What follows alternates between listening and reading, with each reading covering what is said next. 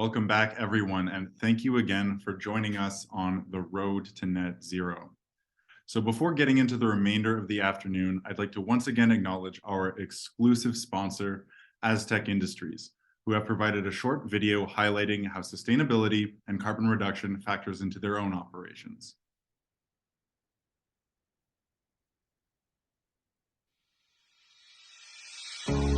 Aztec is committed to helping our industry achieve sustainability milestones through continuous research, innovation, and collaboration. We are actively developing and sharing best practices that promote a greener and more sustainable future for the road building and quarrying industries. We pledge to build on a foundation of advanced, productive, durable, and environmentally friendly products and continually develop our environmental initiatives. Our team is constantly working to find ways for our customers to reduce their environmental impact in user-friendly and budget-conscious ways. Aztec is the exclusive sponsor of the road to net zero. All right, thank you for that. And with that, it is now time for our Navigating Carbon Change Roundtable. We're very lucky to have leaders from across the aggregate and road building industries here today to share their strategies and insights on navigating Canada and North America's carbon neutral future. Joining us today, we have Mac Carmichael, Senior Director of Sustainability and Environment at Green Infrastructure Partners. Mac has held several engineering and management roles throughout his career, including project and departmental management, aggregate quality management, environmental performance, risk management, and stakeholder engagement. After a degree in geological engineering, Mac worked in environmental consulting firms for nearly a decade before moving to the construction materials, and solid waste industry for the past 15 years. We're also very excited to have Bill Gowdy, Technical Director of Aggregates at SLR Consulting. Bill is a geologist with over 35 years of experience in all facets of aggregate assessment, environmental monitoring, reclamation, and in securing regulatory approvals. Bill has provided input to municipal and provincial governments on planning and regulatory issues regarding gravel, in addition to stakeholder engagement and education of the public on aggregate. We also have Dr. John McCarr, Low Carbon Materials Theme Lead at the National Research Council. Dr. McCarr is a materials scientist with over 25 years of experience in working with industrial and construction materials, and holds a PhD in physics from Queen's University. Dr. McCarr is a registered professional engineer in the province of Ontario and has written over 100 research papers, client reports, and other publications during his time at the National Research Council. Also joining us is Trevor Wagoner, Product Manager of Sustainability at Aztec Industries. Trevor is a mechanical engineer from Chattanooga, Tennessee, and holds a Bachelor of Science in Mechanical Engineering from Hope College. He works with Aztec's Infrastructure Solutions Group, where he's responsible for developing innovative products that are economically and environmentally sustainable. So please join me in welcoming our speakers. Nice to see you, everybody. So I guess just to start off the roundtable, I know I just kind of let everyone know a bit about who you are, but I was wondering if you could introduce yourselves more in the context of today's discussion. So I was wondering if we could go through, maybe share a bit about what you do, but also how the construction industry's carbon future impacts your work, along with any current initiatives you might be working on that pertains to these issues. Mac, why don't you start us off? Thanks, Jack, and hello to everyone here. It's an honor to be here. It's a pleasure to be here. I'd love to talk about this, and really interested also to hear our other panelists speak. What I'm doing at Green Infrastructure Partners, we're trying to help weave our sustainability and ESG strategy and performance in the fabric of our daily business, and really help answer the question, why is sustainability important, that I get pretty much a daily basis from our operational team members. Some of the things that we're doing now, we're trying to understand and identify our operational impacts on climate change and the environment. One of the ways we're doing that is to quantify our operational carbon footprint. So what's our greenhouse gas footprint? Building a tool at the current time, and focus on the categories, the quantification categories that are really material to our business and our customers. We want to support our customers in their own greenhouse gas reduction programs or strategies as part of their value chain, and embed, as I mentioned, sustainable development and resiliency, not just in our business, but across the projects that we work on. And then, internally, while we want to be able to consistently optimize our governance as well. Thanks. All right, Bill, why don't you introduce yourself and let us know how you work with these issues and how they work with you. Okay, I'll be very similar to Mac's story here. So again, I'm a geologist. I've been involved in the environmental management side of it with greenhouse gas accounting. So the big thing is getting benchmarking at operations to understand where you are. You don't know where you're going if you don't know where you are. So the first thing is sort of to establish what your current situation is at operations. Subsequent to that, then you can identify and address potential issues. Sometimes there's some low-hanging fruit. Sometimes there's some initiatives you might think that are worthwhile doing, but you can get a bigger bang for your buck quite often and get bigger results. 80% of your results you can get with 20% of your effort or 20% of your money, usually on that. So if you can prioritize and target some of those initiatives, that's certainly critical. Also involved on the resiliency side of things. Again, things are getting problematic with increased fires, increased flooding, the infrastructure that's available. So upgrading those things, looking at them from a protection standpoint. I'll use one example. EPCOR in Edmonton, their water treatment plant, they're along the river, they're upgrading their diking around that. If that were to become impacted, it's going to affect a quarter of the water supply for residents in Alberta. So again, getting prepared for those things down the road. So those are sort of some of the things that we're looking at. So a combination of identifying where we're sitting, where we're going, and some climate resiliency work. Amazing, thank you, Bill.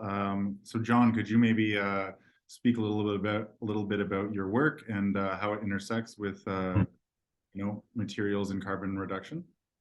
Sure. As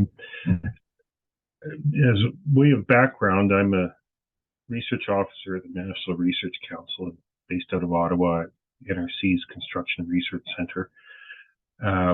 Last year, our center, the National Research Council, was given $200 million over 7 years to help the construction industry decarbonize. And that's to support moving towards carbon reductions by 2030 and eventually getting to net zero by 2050. Our business is developing knowledge and helping people apply that knowledge.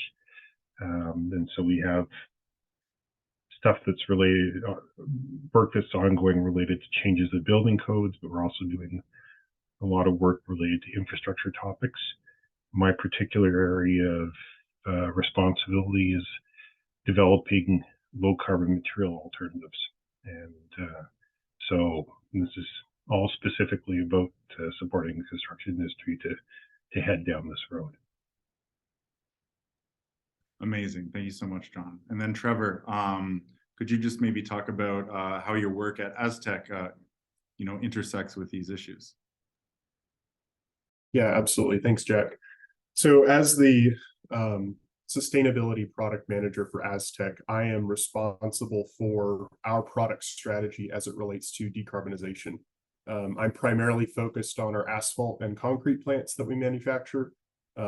Most of the producers that I work with are in the US, but I have worked across the border with folks in Canada as well. So our industry's carbon future is the exact reason my role exists.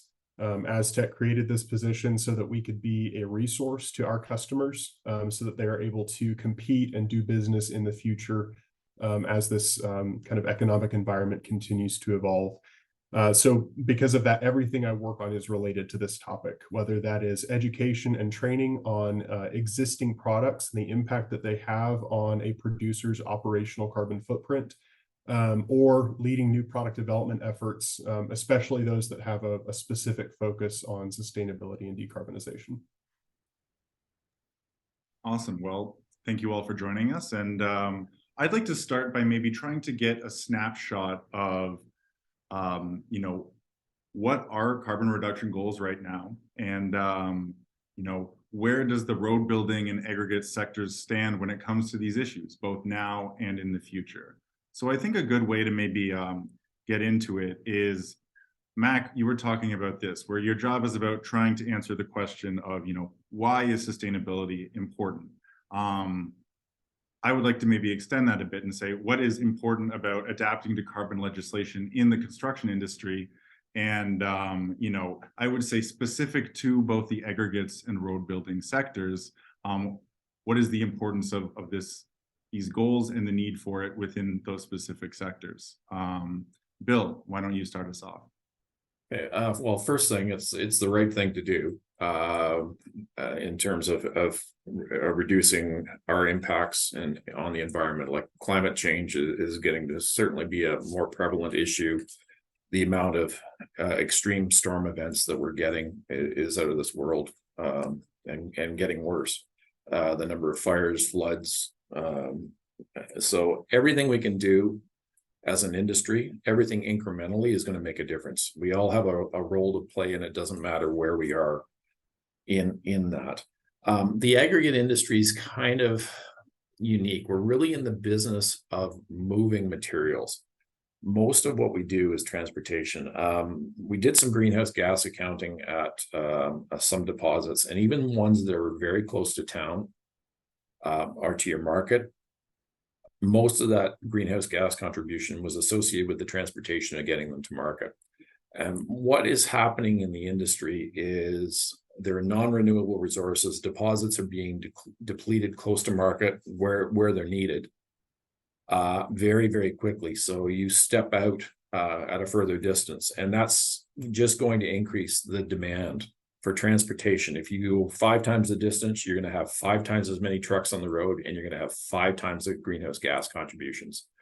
So you can do things with converting fleets and so on, but that ability to have as much material close to the market, close to the source of where it's needed, is getting to be really, really critical. And there's a lot of issues in terms of permitting and public opposition and resistance. But what it actually does is actually increase the greenhouse gas contributions.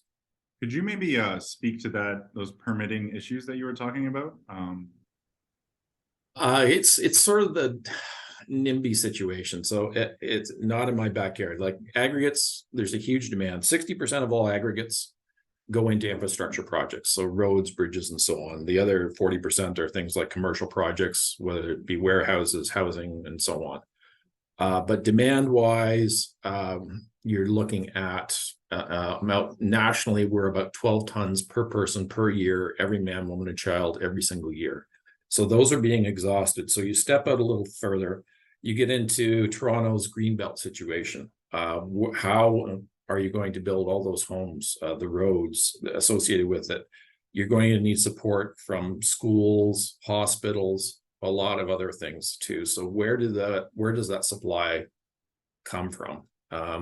And as soon as you've got interaction with people, you have conflicts. You can always get aggregate, but where does it come from, and what's the cost, and what's the environmental impact from that?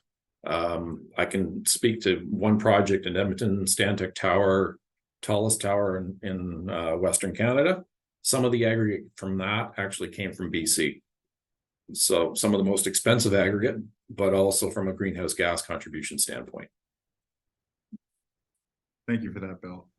So then, Trevor, what do you have to share when it comes to, you know, not just the importance for carbon legislation in the construction industry, but also specifically pertaining to, as mentioned, aggregates and road building? Yeah, absolutely. I mean, I would agree with what Bill was saying from like a permitting and kind of a public perception standpoint. There's certainly a great kind of PR campaign that can be crafted if your company is able to tell a good story about what they're doing from an environmental standpoint. So there's a lot of benefit there. And related to that, I think that even more important than adapting to carbon legislation that's coming out is a need for leadership in this type of legislation. So there's a lot of alignment and focus on this topic right now, whether that's coming from the court of public opinion, various corporate objectives, legislative priorities. The opportunity that I'm seeing right now is for us to, as an industry, as a road building and aggregates industry, is to really stay ahead of this topic.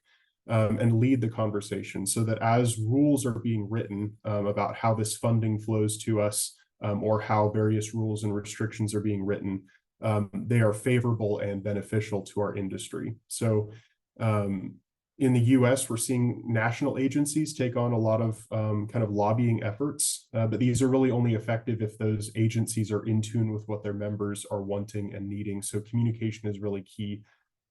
Speaking for Aztec specifically, we've had a lot of success working with national research organizations. A lot of times they have an easier path to funding their projects if they're able to partner with someone from industry to help commercialize some of the technologies that they've developed. Leadership in this topic can also come on a much smaller scale.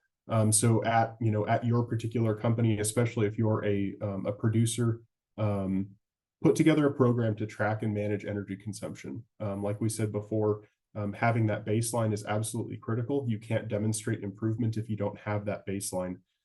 So work to establish that baseline, become informed about ways that you might be able to achieve a 10, 20, 50% reduction in your greenhouse gases or your carbon footprint. And then as you see some of those funding opportunities or legislative requirements coming at you, speak up if you see something materializing that seems wildly unrealistic. We've seen that in our interactions with the US DOE, the US EPA. Folks that are not in tune with how our industry works have tried to craft rules or even funding opportunities, and they just don't make sense when you really dig into how the industry works. So understanding your own process, establishing that baseline, and then speaking up if you see something coming down the pipe that's wildly unrealistic.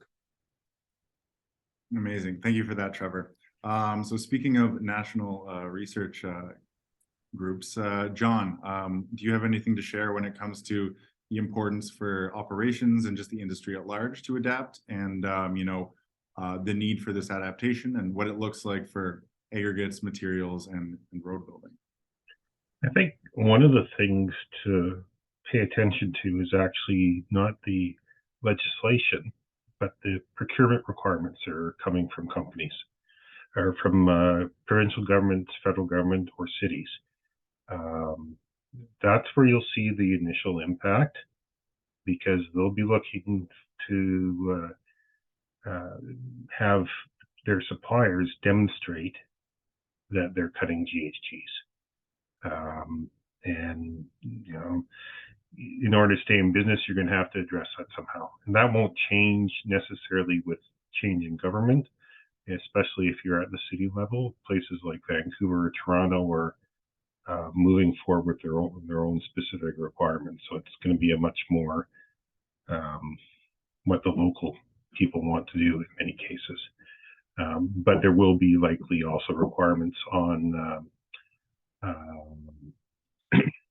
in terms of grants and things like that. So looking at what those procurement things are is going to be key moving forward. What would you say, John, would be like a high impact procurement requirement change? I think it's going to depend a lot on which government you're dealing with. The federal government doesn't buy a lot of roads. It's got some that it's responsible in places like national parks, but it's the provinces and the municipalities that do the most road construction. But in the case of concrete, the federal government brought in an initial 10% reduction, which isn't that much. You can do that pretty easily with some material switching. But that's going to tighten up over time. So what Vancouver does is going to be different from what Toronto does. And one of the conversations, going back to previous speakers about engaging with the people that you have to work with if they're buying your products or your services, you need to know what their specific requirements are going to be. And, you may find that 3 different cities in southwestern Ontario have 3 different things. You're going to have to figure out how you're going to deal with that. Awesome. Thank you for that, John. So I know we might have teased you a bit with the beginning of this question, Mac, saying that this kind of came from you, but finally I'll pass the floor to you to talk about the importance of this issue and what that importance looks like at the level of materials, aggregates, and road building. Yeah, I like a lot what we've said already, and in full agreement with it. I think it's important for our industry to adapt and now and start down the road to decarbonization. So whether it's explicit regulations, or as John very rightly puts out, there's procurement requirements. When they're upon us, those requirements are not onerous, or not too onerous. And we've already woven some of these considerations, for ESG or sustainability right into our operations. And I think often in the construction and construction materials world, we often look at ourselves as a temporary steward of a project. We're just a little piece, we think. We don't actually own it. But we need to understand that what we do impacts our customers' climate goals, our stakeholders' goals, and we're impacted by the upstream value chain, what our suppliers. So understanding that we have to collaborate, we're part of a larger network, if you will, and then getting started on the decarbonization now, again, so that we're not caught flat-footed, and don't lose an opportunity for some good work. Amazing. Thank you for that. So then, given the wide-ranging implications of this issue, I'd like to maybe hone in on the operational level.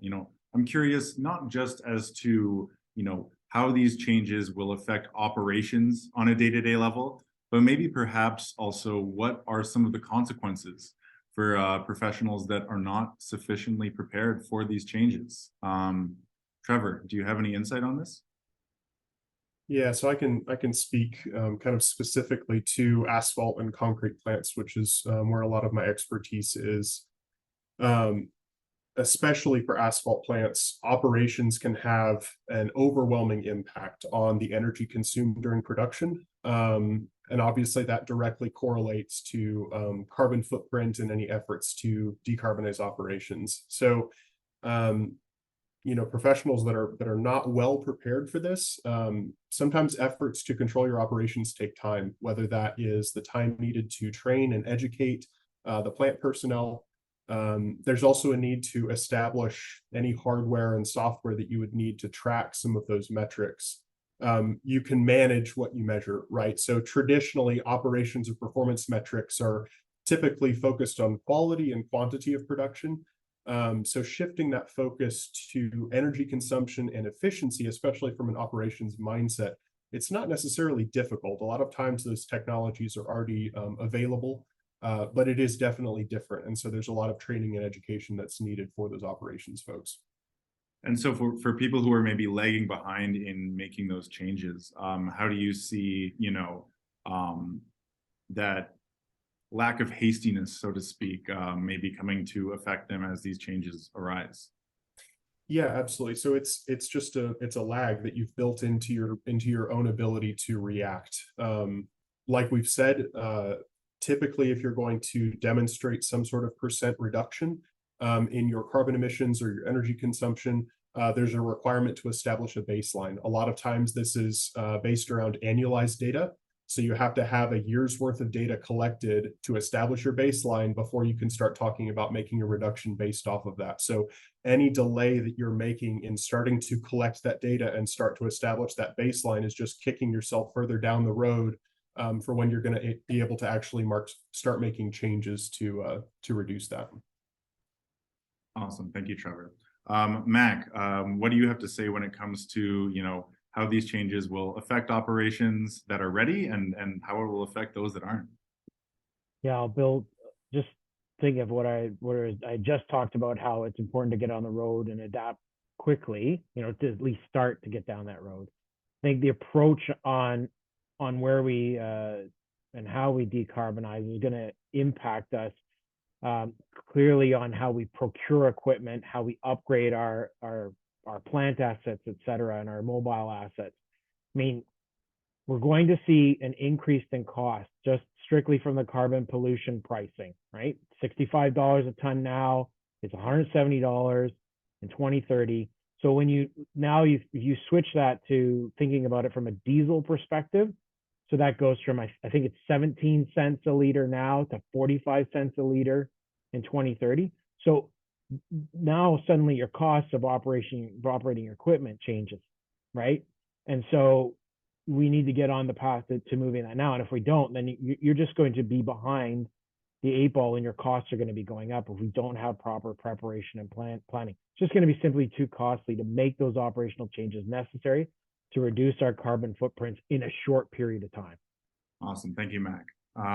So then, Bill, what do you have to say on this issue in terms of, the operational changes when it comes to this? John and Mac have touched on this. From a cost standpoint, it's affecting people now. One of my roles was tracking not only the energy consumption, but also the dollar value, and it's escalating like crazy. So it's kind of either get on the program or get your checkbook out. Is what you're going to need to do.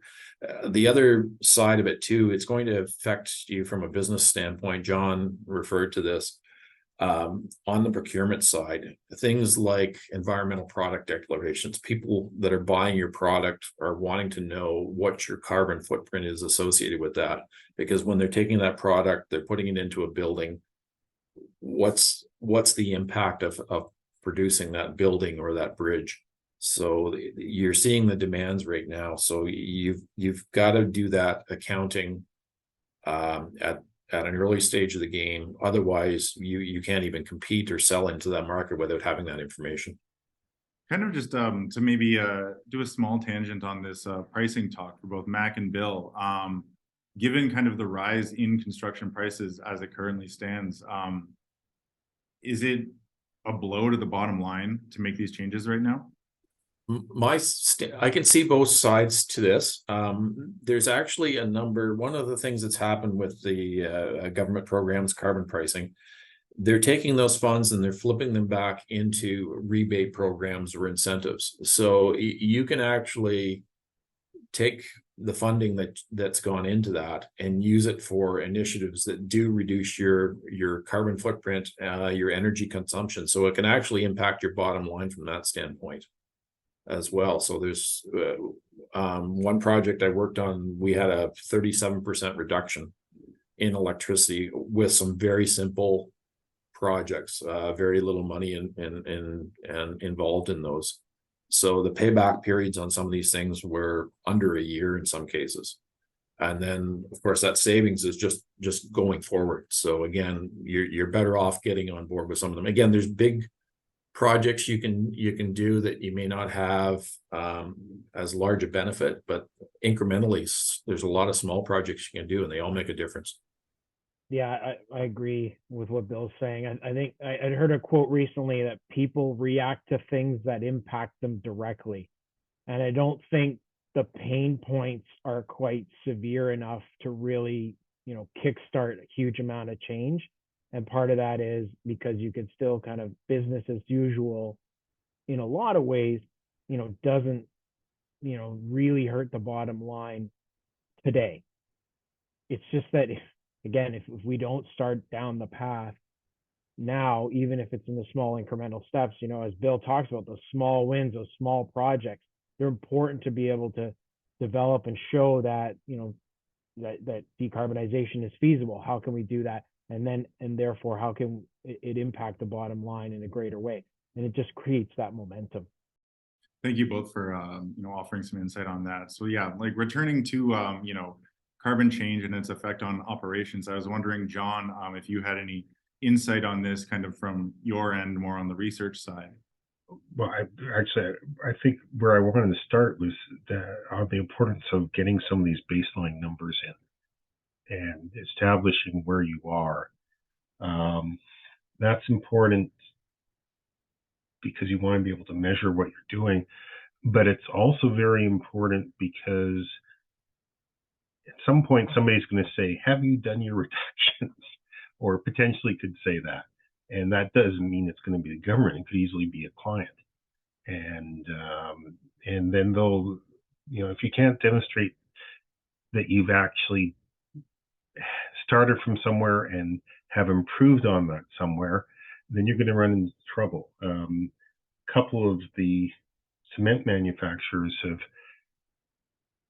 did a big change in terms of where their fuel sources were back in, I think, about 2015 or something like that.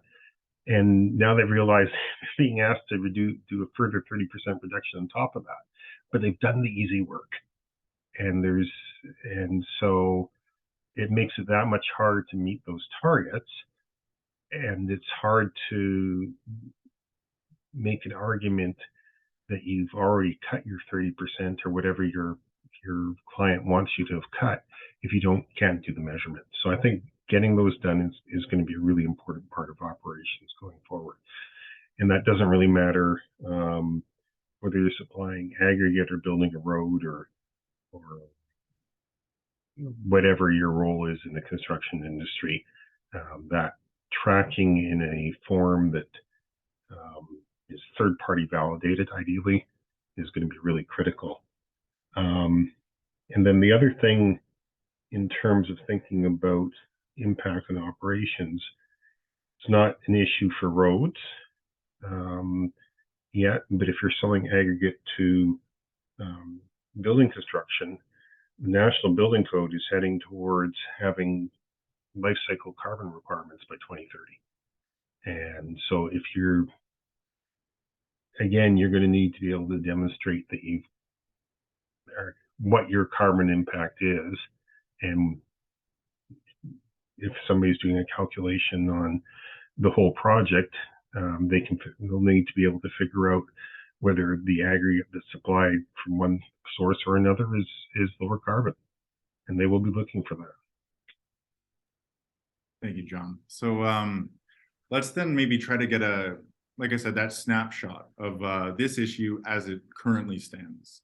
I'd really like to know, what you all think, given your experience and your positions in the industry, what you feel the current level of knowledge and preparedness across this sector is when it comes to these changes.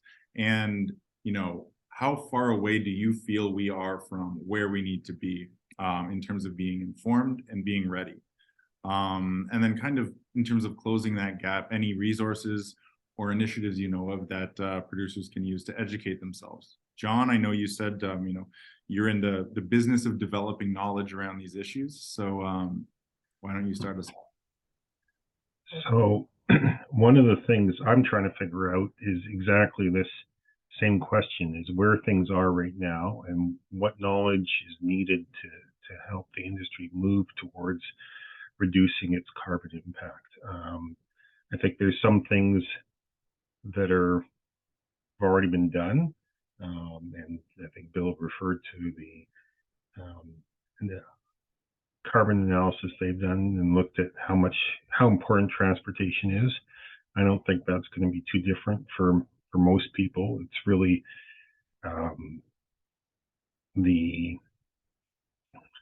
what the raw material is, what it takes to get it to wherever you're working with it, and then what energy you use on site are the three things that are the biggest things.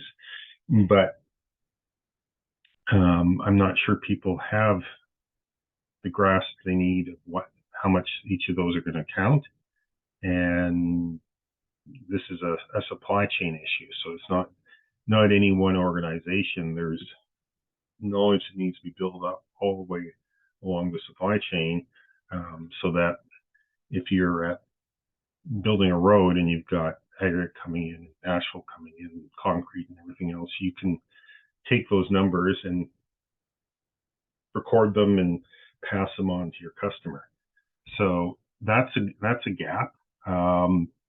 I think different companies are probably in much better different positions here, and there's going to be some companies that are well ahead on this, and some companies that aren't. And the thing that we'd like to see is people get ahead of the curve on this, because when some deadline comes up, you don't want to be hitting the wall Thank you for that, John. Mac, what do you have to say when it comes to where you feel we are in terms of being prepared, and where we need to be, and how do we get there?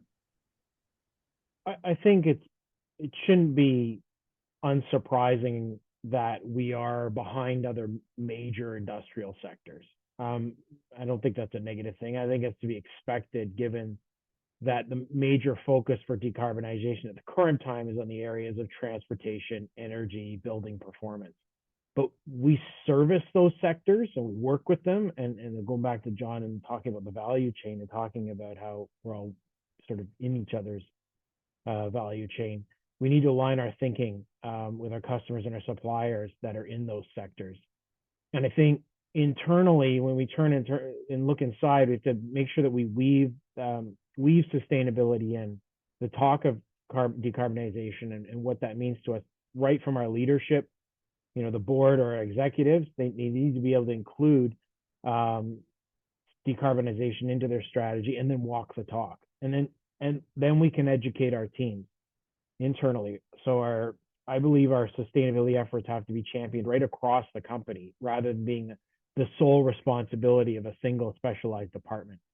In a way, if I do my job well, I probably shouldn't, I don't know if I should say this publicly, but if I do my job well, I should be out of a job eventually because we've woven it throughout the organization. That'll take a while, but there's plenty of, when I think about education, there's plenty of online and in-person courses that are out there that can help. So whether that's private or academic based, McMaster, University of Toronto, Royal Roads, they all have excellent continuing education courses and micro-credentials you can take.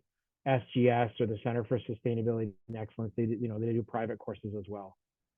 And then, at the appropriate time, you have to have clear targets and goals. They have to be considered across the business and require the whole company to buy in, align your business practices to achieve. But as Bill noted before, it might be such that the strategy could be that you're getting 80% of the benefit from focusing on 20% of your area or focusing your resources in 20%. So I just think there's a lot, we have to get educated internally as well. It's about making it a whole culture solution. That's right. So then, Trevor, as a fellow sustainability expert, professionally speaking, what do you have to offer on this? Yeah, so I would agree with what Mac was saying, that I think that a lot of our kind of our PR efforts on this topic as our industry maybe lag others. Something that's been really impressive to me, though, is how quickly I've seen some producers latch onto this idea once they start to get a handle of what they need to measure and how they need to address it. I've not seen a lot of kind of greenwashing, so to speak, coming from our industry. A lot of the things that we're doing are really well grounded in data, and the folks that are talking about it really know what they're doing. So I've been really impressed with that. Obviously there's a spectrum. Some producers don't necessarily care about this topic yet. On the other hand, some are leading the dialogue on this topic, not just in their industry or in their sector, but nationally and globally. So a lot of really positive, encouraging things to see there. I think education, like we've said, education is going to continue to be key. Especially from the standpoint, even if your company doesn't have an interest in establishing sort of a public decarbonization goal, there are ways that you can save money and compete better economically by adopting some of these best practices and technologies. A lot of the low-hanging fruit in our industry for reducing carbon footprint comes from reducing energy consumption, which has a direct and meaningful impact on operating costs. And we've seen producers do that. We've seen producers that you would not expect to be interested in sustainability or carbon reduction due to their location or the environment that they're competing in, but they are able to have a significant competitive advantage in their market area because they are using some of these energy conscious best practices. Thank you, Trevor. And then Bill, how do you see this issue as it currently stands, and the preparedness across these sectors? I would say in general, I think the industry is certainly lagging, and it's highly variable. You've got some companies certainly that are making some advancements. ESG and a corporate reporting level is going to be increasingly important. Just getting investors. So a lot of times it's pushed down from the corporate level, but you're dealing with the top of pyramid coming down. To me, it almost needs to be like a pyramid scheme where you're getting all your operations involved, all the individuals involved, because those incremental differences are what does actually do it. The people that are on the front line. Part of the problem, I think, is you don't have necessarily the technical expertise internally. A lot of the operational people, they're just trying to keep the wheels on the wagon. They're looking at the quality of the product. They're looking at the sales of the product.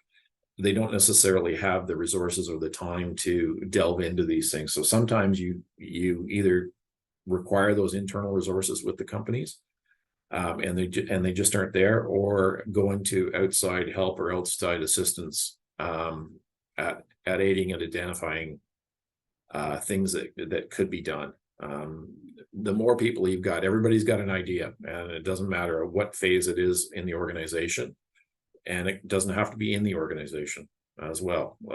They're all practices that can be implemented, and again, some of them can be very, very small. Some of it's just habit changing, even not even necessarily technologies. What would you say those primary habits are? It can be quite extensive. Again, I worked with some operations, and a lot of it was common sense things. Turning down the temperatures on some of the equipment, whether it's hot water heaters or heating pads for concrete, things that were running with no loads on them.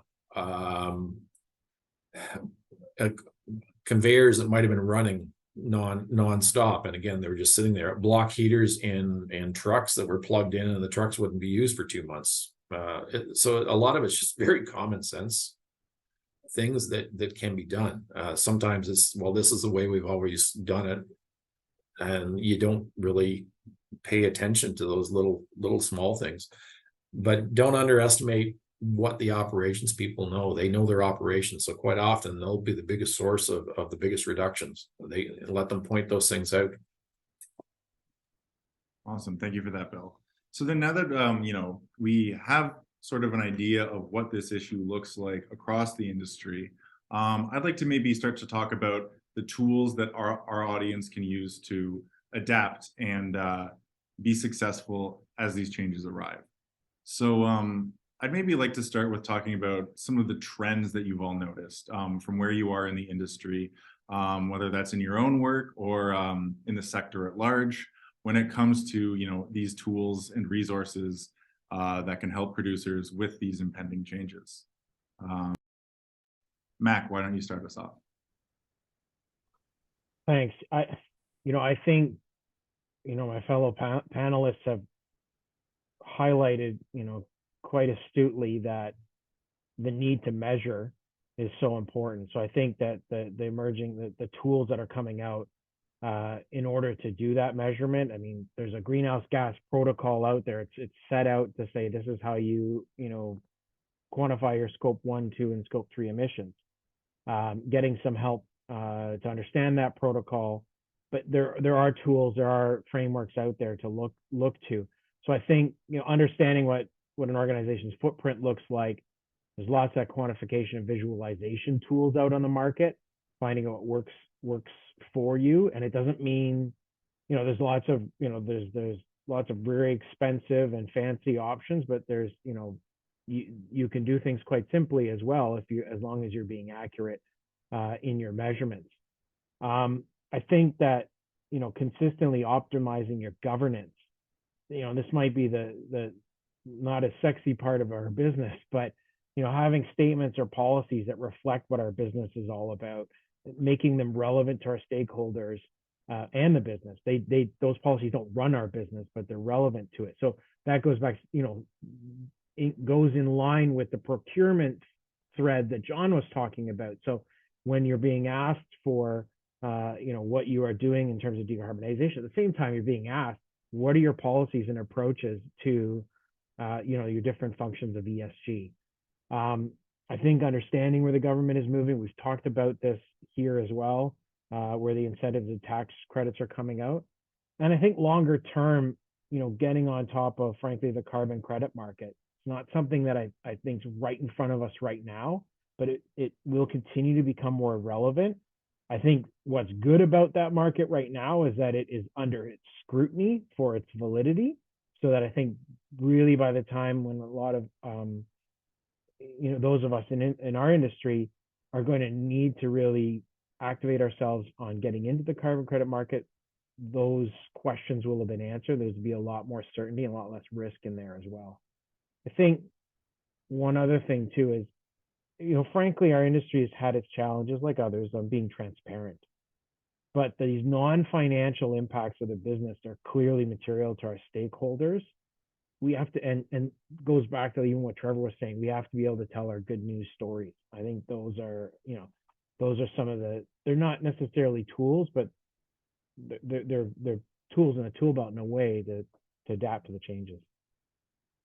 Well, and I think it's also about, what these tools are starting to look like, and the benefits that they're, as the design of them almost talks to each other in a way, Right. Yeah. So then, Trevor, what trends have you noticed, stateside, when it comes to what's available to help operations and producers adapt to these changes? Yeah, so just to keep beating the dead horse, it's all about the data. So a lot of the emerging tools that I'm helping to develop and that Aztec is working on is really focused on that data, collecting it, turning it into actionable suggestions for operators, really trying to gamify the experience as much as possible so that efficient operation is intuitive and second nature for these operators. We talked a little bit about purchasing and procurement requirements related to this topic, and a lot of times folks think about the end product. They think about the road or the various item of infrastructure that's being procured, and changing that procurement environment to favor low carbon solutions.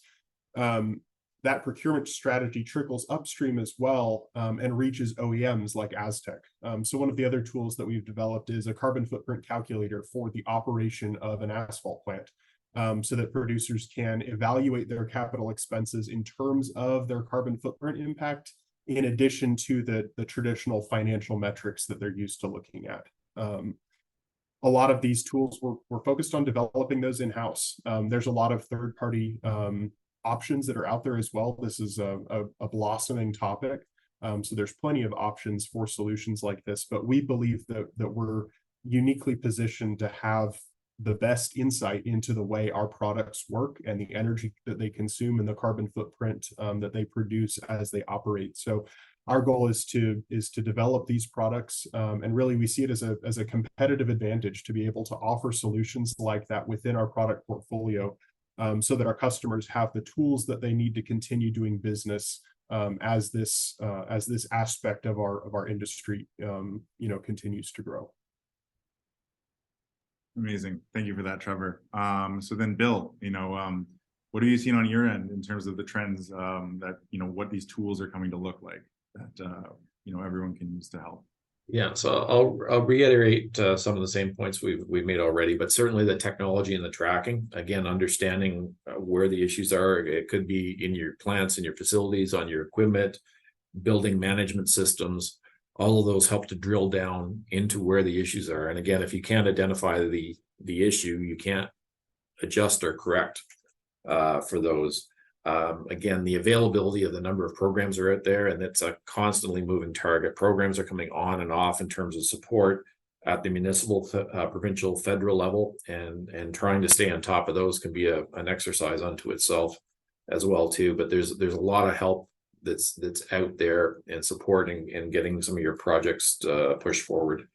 The governance, we've talked a little bit about the governance. There's an increasing importance from both the public and from your customers on ESG for people. So getting that information, tracking it, being transparent with it, it's going to affect your business on the bottom line if you're not aligned with that. And the other big one I would say is definitely in the transportation side, because that is the biggest component of the GHG contribution side to the aggregate industry. There are some changes coming, potential electrification of some trucks, hydrogen certainly is another area. But again, your distances and the amount of trucking that's out there, that's just going to escalate. Fair enough. Thank you for that. And then, John, what have you noticed from your end in terms of these trends and the tools available to help operators and producers? Well, I'm going to, one thing that has been mentioned, but I think is important, is product category rules and environmental product declarations. So if you're not familiar with them, the product category rules describe how to do an environmental product declaration, what you need to take into account. They're available for asphalt. I expect they're available or PCR is available for aggregate as well. And being aware of what they are and being aware of who can actually do the work for you if you decide you want to get an EPD for your product is going to be quite important. And the other thing related thing is the U.S. asphalt industry has developed its own EPD generator tool, and that's something I know they would like to bring to Canada. I can't discuss how valid it is because I haven't actually tested it, but the tool is out there, and it's and so some of those calculator tools can be very useful as well. In terms of transportation, one thing I wanted to mention was that there's a very interesting story in the Globe and Mail yesterday about a small company in BC that's developed a hybrid logging truck, and they've started with a hybrid logging truck, but their customer base includes some transportation companies now and a concrete manufacturer. And this is a startup, but the key thing from the point of view of decarbonization is the fuel consumption is estimated about 70% less, and the costs go down as well. So you're actually saving money. And this is another case, just as some of the operational things that I mentioned previously, where making the greener decision is actually also making the economically viable decision. I don't know how successful that company is going to be, but if they can do it, other people can do it as well. And so you don't have to go to hydrogen or electric right away. These sort of hybrid systems are more than adequate to meet 2030 targets. And they look like they have some pretty good benefits on the side as well. So my last tied-in comment is, if you're talking to your equipment suppliers, whether they're trucks or other equipment, see what they have on offer. I mean, we have a representative from Aztec who's focusing on those issues. Hopefully other equipment suppliers are as well. But in terms of things like trucks and other heavy equipment, maybe they need their customers asking them what they're doing to spur them to produce the stuff you need. Thank you for that, John. So it's been a really great discussion so far. And I think like part of why it's been so good, and I think part of why we're very lucky to have you all, is you're all kind of coming at this from different corners of these sectors. And I was wondering then maybe, given where you're at in these industries and your roles, if there were any success stories that you could share, whether it's your own experiences or that of your peers, when it comes to reducing operational emissions, And I would say most importantly, how was this achieved and what can we learn from it? John, why don't you start us off? I'm not going to be able to give as much of an answer on this one. It's just not my area of expertise. I think I'll let others answer this question. All right. Well, what about Bill? Do you have any experiences or success stories you'd like to share? Yeah, we were actually quite fortunate. It was kind of interesting. We had 13 industrial operations that we looked at. Over a 4-year period, we actually reduced their electricity by 37%. It was a combination of things. Most of what we looked at was how do you do something with nothing? And I'll call it the low cost, no cost measures. And a lot of it was engagement of the employees, getting them in going through the plants, them actually identifying the issues and making corrections. So it wasn't necessarily even spending any capital to make those adjustments. The one drawback with something like that is if you can always fall off the wagon and revert back to your old ways. But that also, the amount of savings that we saw from that triggered a lot of initiatives where we had a bunch of small retrofit projects that were engaged. There was another facility where we dropped the natural gas consumption by 25% in a year. And again, none of that was any capital expenditure whatsoever. It was getting the employees engaged and looking for little things. And some of these things are going to sound really stupid, but even holes in a building and losing heat, insulation, just small little things will really make a big difference, and getting everybody to look for these things and pay attention to it. But make sure you share those stories, get those back, and show them what they're doing is how it's making the difference. If you don't promote that or cycle back and let them know where that's going, it just falls off the table. So make sure you publicize those results, whether it be internally or externally as well. Thank you, Bill. Trevor, do you have any success stories that you could share, or just successful initiatives you noticed across the industry when it comes to these issues? Yes, certainly. So I've worked with quite a few asphalt producers in the US who have already come a long way on establishing baselines for their own energy consumption, which has been really encouraging. As I've worked to develop my carbon footprint calculator, I've had a surprising number of producers who have been eager to raise their hands and offer data for me to compare my theoretical calculations against. So I think that's really a success in and of itself. The fact that there's a meaningful number of producers that are starting to track and establish those baselines. Kind of echoing what Bill was saying, a lot of the folks that have actually made meaningful reductions to their energy consumption or their carbon footprint, a lot of that has come from a lot of small wins as opposed to one giant capital investment. We talked about operations earlier, especially on the asphalt plant side. There's been a lot of focus on improving those operations, reducing your mixed production temperature, reducing your baghouse stack temperature, applying good stockpile management practices. That one's a really shocking one. A stockpile, the moisture in a stockpile has such a dramatic impact on the energy consumed in an asphalt plant that having good stockpile management practices can absolutely dwarf almost any other component level upgrade I could offer you for your plant. As we've seen those folks establish strategies to improve their operations, I've also been able to work with them to identify some of that low-hanging fruit from a hardware standpoint. And a lot of times that looks like various sensors or data acquisition systems so that they can see what their operations are doing and manage that more accurately.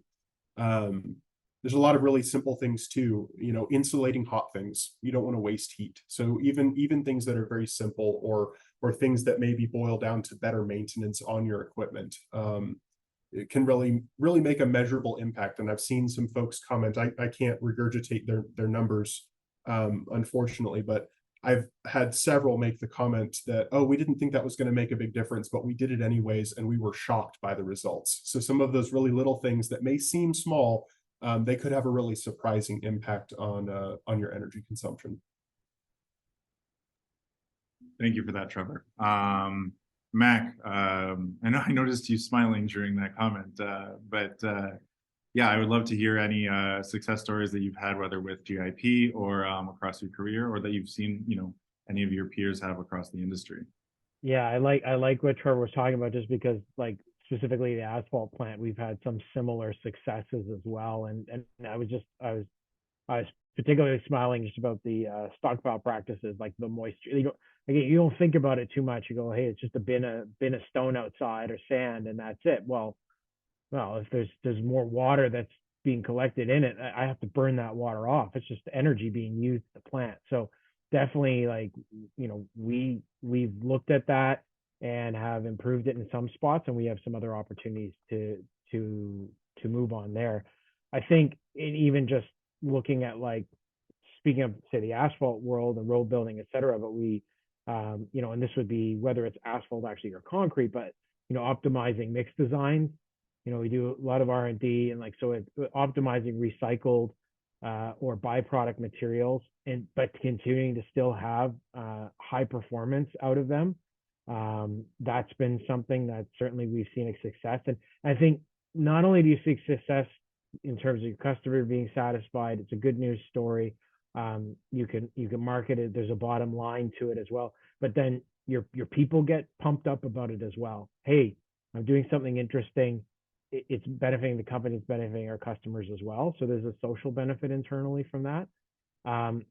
We've also had some success, and I've seen this with some of our customers as well, where they'll simply just trial the equipment. Hey, if we have a large project or something where we can, especially if there's a rental option, we can now trial something out. And, so again, from a social perspective, you have workers who are trained on new equipment, and then you can run the numbers and see, how did this work out? Is there an ROI that would say to kick us into actually purchasing this piece of equipment? I think we've also seen, maybe on our excavating side of the business, and I've seen this elsewhere as well in terms of brownfields development, when we talk about beneficial soil reuse, and this goes back to, similar thread of what Bill was talking about, where you're minimizing your transportation, you're minimizing your trucking. So if I can beneficially reuse soil on my project somewhere instead of trucking it out, bringing something in, again, you may need to work with the government, you may need to have third-party consultant help you out with this, but you're going to have savings, and it's just better for the environment. And again, you've got reducing your GHGs as well, and you should have cost savings there. I think that we've also seen some here in Ontario. We've seen some Enbridge incentives being realized when we've done those plant energy efficiency upgrades, and it resulted in natural gas savings, and demand was reduced. So we saw, like, directly working with Enbridge as our gas provider, we saw some benefit there. Thank you so much for sharing your experience there, Mike. So, we've talked about maybe some of the tools and practices on a material level or an equipment level, software level, but I'd be really interested to get into any policies or initiatives that you guys know of on a legislative level that early adopters of these practices can benefit from. What are they and how do they work? Bill, why don't you start us off? I guess from a policy standpoint, again, the incentives from a lot of the municipalities, provinces, or federal initiatives, again, being able to tap into those, like they're trying to help you out, take advantage of it, certainly where you can and when you can. You may not always be able to. Usually the way it works is they're covering a percentage of the project. You still have to come up with a certain amount of the funding. But I think if you look at the economic models on a lot of these things, it's phenomenal sometimes the payback that's on this. It makes a lot of business sense. So I've never seen anything that doesn't work, that doesn't make a financial case. Really, you've got to link the two, and if you don't do that, it's not going to work. Thank you, Bill. John, do you know of any legislative incentives or initiatives that producers could benefit from on these issues? So there's a lot of different things at different levels. And I think one of the key things to do is make sure that you're in good communications with the city or the provincial authorities that are responsible for doing the procurement and looking at what they're receiving from in terms of a product and seeing where they're going. In some cases, some cities may be restricting who they're going to buy from based on whether they can meet GHG targets or not. And I don't think that's happening at a provincial level, but I think it may well soon be happening at a municipal level. At a broader scale, if you want to decarbonize, there are federal government programs that can help in specific technology development and things like that. They don't necessarily help you with overhauling a plant, although that has happened on a big scale. So there's examples where the steel industry has gotten support from to change their production methods, and there are some examples where I know cement companies are looking for support. I don't know where they are in the process of actually getting it, but they have their own decarbonization activities. So that's those programs do exist. And if you want to develop technology, there's additional programs specifically targeted there. They never pay for 100%, but they might pay for 50, or in some cases 75%, depending on 75% is more likely for an SME than a big company. And that can make a big difference in whether some of these projects are viable or not.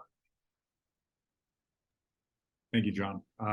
Mac, I know you mentioned, tax incentives and carbon credits earlier. So yeah, is there anything that you can share when it comes to legislative tools or initiatives that producers and operations can benefit from in this arena? Yeah, I'm frankly not sure how much more I can add to what we've talked about. Perhaps just a note, though, for those investment tax credits or these innovation funds, there can also be certain labor conditions that need to be met. So it's very important to some things you need to get all your ducks in a row, have the project all laid out, and then be able to apply for it, including those labor conditions. And in other cases, perhaps it's a type of credit that you might be able to get, at a later point. It's not the easiest thing. I think there's not one place you can go and find, a 2-pager on where everything is. That's a bit of a challenge that's right now, but there are, certainly there's companies out there, all the big tax firms, as an example, they've got personnel in-house that can help with this, of course, because they might want to take their cut of it as well. I think one other thing I wanted to mention, I don't think it's necessarily something that early adopters can benefit from, but it's something that we may need to adopt quickly too at a certain point, would be from a legislative perspective on the Canadian security regulation side of things. So, and this is more for publicly traded companies, but there's been the International Sustainability Standards Board brought out two new disclosure standards this summer. And so at the current time, the Canadian Securities Administrators are conducting further consultations to determine how we're going to adopt that down the road, particularly for a Canadian context. So it's something, again, to watch out for, because when it comes out, that there will be those type of requirements, and it's, and that's harmonized with your financial disclosures. We would need to adopt them early, or perhaps be stuck between a rock and a hard place. Again, that's more for on the publicly traded folks. No, thank you for that insight. Regardless, it's very useful. Trevor, you're joining us from stateside. I was wondering if you could offer us maybe a snapshot or forecast of what maybe some of the legislative benefits are down there that are available. Yeah, so my response will be understandably limited for a Canadian audience. I have spent the majority of my time focused on navigating the U.S. legislation, which has been challenging to say the least. A lot of the larger kind of incentive opportunities that we've seen have really been structured towards larger industries. So coming especially from the perspective of the asphalt or road building industry, a lot of the incentives that we've seen have been focused towards steel or Portland cement or some some industry with frankly a much larger carbon footprint than the asphalt and road building industry. So opportunities have been very challenging to navigate there. I have helped a few producers apply for some. A lot of times they're related to Department of Energy grant opportunities. That's been the most accessible option we've found so far. We do have a producer in Canada that took advantage of the Net Zero Accelerator Fund to subsidize implementation of a hydrogen enriched natural gas fuel train for one of their hot oil heaters. So really exciting there.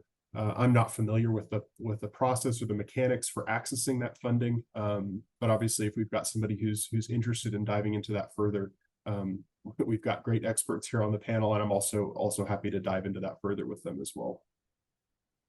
Does anyone have any comments on that, or? A comment that the US EPA has just announced funding for doing things like PCRs and APDs for American construction materials. And so that's happened there. I don't know yet whether it will happen here, but it would not be entirely surprising if it does. Thank you for that, John. Well, I think that is mostly the conversation, but as we kind of wrap things up for the benefit of our audience and each other, honestly, I would really like to know, what you believe is the single most important thing that producers need to know or do to prepare for and be successful with regards to what's coming. Mac, what's this advice in a nutshell that you would leave our audience with? Unmute. I think it's to understand that no one has a crystal ball. Many organizations, whether they've disclosed, 2050 net zero commitments or, GHG reduction strategies, that they have them in place or not, nobody's going to truly know what our path and our industry is going to look like in 2030, 40, 50. Like, frankly, the technology, economics, the regulatory frameworks, they really aren't in place in a clear way yet. I think the road to decarbonization, right? It's not a straight line. It's going to have bumps and valleys. I think it's just important to get on the road, make those responsible choices now in order to maximize the opportunity when it arises, and then maximize our stakeholder value, whether it's our communities, but also our customers. I think that's probably the message I'd pass. Awesome. Thank you for that, Mac. Bill, what would your advice be? What do we need to do? How can we prepare? Maybe reiterating some of what Max said here, but I think we really are in its infancy and we really don't have a roadmap for this. The best thing you can do is keep an open mind. Communication is going to be absolutely paramount, whether it's with government, whether it's with industry partners, whether it's with consultants. You can't keep on top of everything. These things are changing at light speed.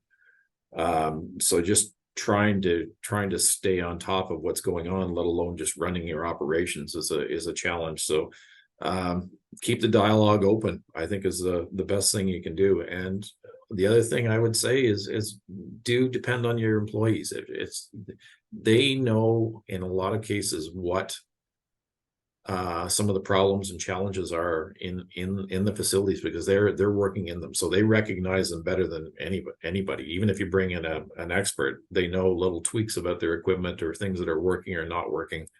So getting everybody involved here, to me, is utmost important. Thank you, Bill. John, what would your advice be as we wrap up this discussion for our audience? I think, tying into what Bill was saying about relying on your employees, making sure you have a really clear understanding of where your operational carbon emissions, operational energy is going out of, and is the first step that you need to do. And it doesn't really matter what the government's situation is or what other people do. You need that information to respond. So that would be the place I'd start in terms of operations. Thank you, John. And then Trevor, to end us off, what's the most important thing that our audience should take away from this and these issues, or even implement? Yeah, really just echo exactly what John said. Data. It is all about data collection, establishing that baseline. Regardless of what happens in the future, understanding where you are now is absolutely critical. And the sooner you can get on top of that, the better positioned you are going to be for whatever environment we find ourselves in, whether that's a year from now, 5, 10, 20 years from now. So track your energy consumption, use that data to establish a baseline. That's what it all boils down to. All right. Well, that is the Navigating Carbon Change Roundtable. So thank you to all of you for all of your information, your participation, some really great insights there.